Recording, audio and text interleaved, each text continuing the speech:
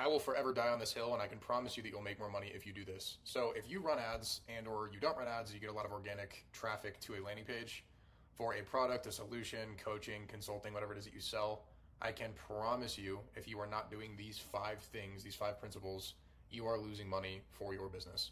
So to take this even further, if you do run ads and you have great ads, you're getting really healthy clicks, so on and so forth, people go to a landing page and then your conversions completely plummet. It's because you're not doing maybe all 5 of these or at least a portion of these. So let's go through how to master building landing pages, and you can go take this, you can apply it, but more importantly, you can fundamentally understand it, and you can plug these principles into AI, and you can have AI help you. So let's dive into this. Now, number 1, you should be spending 80% of your efforts on the above the fold of your landing page. If you guys don't understand what the above the fold is, that is essentially your hero section. To give you guys an example, which would be like this right here. So if it's more of an e-commerce based product, it will look like this. If it's more of a VSL, book a call, webinar, challenge funnel, it's going to look something like this. Now, the reason that that's important, scroll back up here, is because once you've written your headline specifically, which is this, you've spent 80 cents of your advertising dollar. It is super, super critical that you take the time and the effort and the energy to nail this above the fold portion, because statistically 60% of people are not going to go beneath that. So if you don't hook people within the first 5 seconds, you have lost them. So have a very compelling headline that ties to the end outcome of the end user. So whatever your consumer wants, your headline should be talking about that. So don't waste time explaining who you are and what you do, and just don't have vague text or copy. It's not what people are there for. They want to know, can this person solve my problem? And the way that they're going to know that is, does your headline, subheadline, and video, if you have a video or if you have photos, does it pertain to them? Can they resonate with it? And are you speaking the language that they want to solve the problem that they have? So next is the subheadline, which is like, this is a really good example. I've already used it right here. Mastering landing pages. That's probably the first thing that caught your attention, because this is visual hierarchy, which I'll go through in a second. And then you have the 5 key principles I've highlighted that you need to understand. Headline, subheadline, and I highlighted the thing to catch your attention. So subheadline, and specifically for this funnel, if you're running or this landing page rather, if you have a VSL, or you're doing like a book a call funnel, webinar funnel, again, challenge funnel, anything like that, but really just in general, your headline and subheadline are going to play together typically, and your subheadline is going to elaborate on the headline and or further outline the benefit to the consumer. So I'll give you guys some examples of that below. And then next is social proof. If in the above the fold, what you want to do if you can is ideally have 2 forms of social proof above that fold. So that could be something like, and I'll give you guys examples of this, 500 5-star ratings from Trustpilot. And then beneath that, you'd have a banner of the companies you've worked with. But there's more to it than that. So I will share that beneath. Next, number 2, people buy with emotion, not logic. If you've ever worked in sales, you've probably heard this. When a person comes to your landing page, they have a feeling, and you need to tap into whatever that feeling is. The 2 easiest ways to do that is through images, videos, and powerful messaging via copy. Now, one of the ways to do that, one of the principles is problem, explain their problem better than they can, agitate that problem, and then have the solution, solve it. And if you can do that, those 3 things, then they're thinking, okay, this person knows me, they know my problem, and now I also know they have a solution, which is whatever you sell. Next, when a consumer reads your landing page, they should feel like you can better articulate their pain than they can, and you also have a solution to that problem, which is your offer, your product, or whatever it is that you sell, which I just covered. Number 3, humans have short attention spans. I think we all know this. If you've made it to this point in the video, you are defying that logic, so kudos to you. But on average, most people have very, very short attention spans, and they can't stick through something. And so for that reason, your pages need to be scannable and easy to consume. Now, here's some ways that you can do that if you're thinking, like, what does it actually mean tangibly? You want to have headings, subheadings, bullets, bold text, highlighted text. Those are examples, right? You can have also images that can illustrate a point. An image is worth 1,000 words. So whatever you can do to dumb down things and make it easily scannable, it makes it very, very easy for the consumer to know what's going on. So I can break down some more examples of that below. Number 4, social proof alone can sell your product. I promise you that, but you need to leverage it correctly. Here are some key components to keep in mind. So this is a really important one. I see this all the time. I've made the mistake of doing this. I still do it sometimes, and I need to get out of the habit of it, just full transparency. But if you're going to use featured on logos, those are fine. They're actually really good to use. But add a snippet of what was actually said by the company or whoever you're highlighting, and that will drastically help with believability. So I'll give you guys an example of this.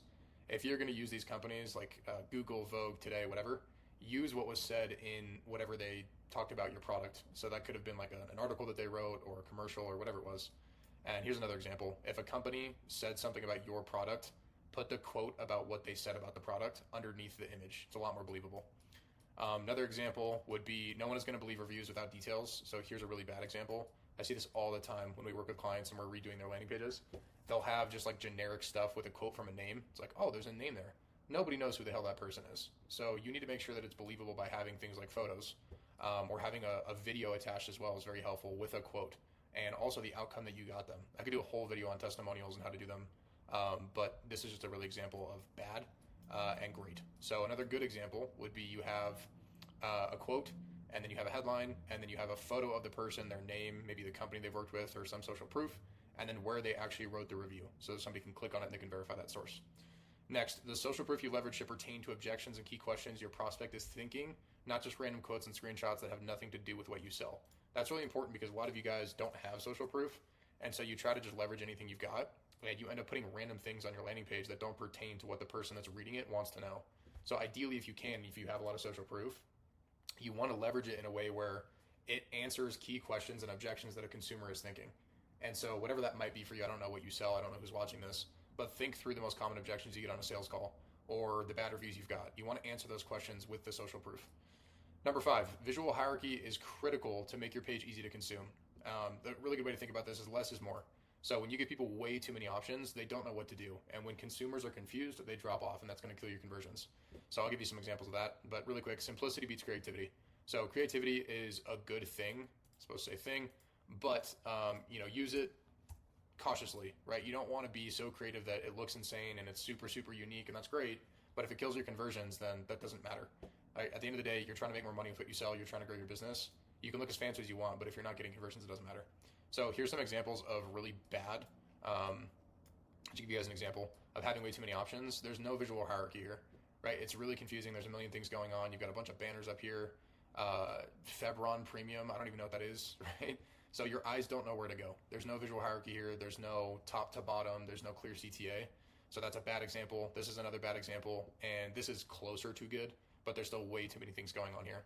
Now, some good examples would be something like this. You have a big, bold headline, social proof, great. And then you have a subheadline. Now, this is a good example. Everything you need to transform your body after 40 all in one place. And then the subheadline ties to that. We help women over 40 thrive through every stage of menopause by rebuilding their strength, confidence, and metabolism with the WB4 method. Now, this is a whole different conversation that I can have in the future about unique mechanisms, but the WB4 method creates an open loop in the consumer's mind where they're thinking, what does that even mean? And they want to know more, so then they're going to watch the VSL or consume the rest of the landing page. Really good example. Here's another one. We build you systemized personal brand, so you can close more deals faster at higher margins without being on every call. This is probably the pain points of the consumer. So the headline calls out what they want, subheadline further edifies that, and then there's a VSL below, schedule a demo. Here's Hormozy. I'm sure you guys, a lot of you guys have probably seen this. Are you the thing limiting your business? Join our scaling workshop. Remove yourself as a single point of failure. This is the pain point that the consumer has that goes to these workshops. And then this is kind of unique, but they do a subheadline underneath the VSL, which isn't typical, but you can obviously do that. Now, if you guys like this, I just want to be clear that I have this right here is probably a $10,000 training in and of itself. This took me so long to build. We have templates for all of our clients that we work for and the funnels that we build. So that's VSL funnels, webinar funnels, challenge funnels, lead magnet funnels, low ticket funnels, community funnels. I could go down a whole list. We have hours and hours and hours of training on every single one of these with SOPs attached, with documentation, with literally every single step you can think of. So if you guys want to see more of these, I'm more than happy to do them. If you guys have never seen my content, what we are is a digital marketing agency, and we scale companies with modern marketing. And so a lot of what we do is building funnels, but the way that we really make the money is by ads. We design ads, we script ads, we basically do everything head to toe. So if you guys want to learn more about digital marketing, if you want to, scale your company with marketing, this is the place to be. So I hope you enjoyed it. Share it with somebody if you got value. Make sure to follow if you're not following. Drop any comments or questions you have down below. And if you want to help scale your company and you're doing over $100,000 a month, click the link in my bio. Peace.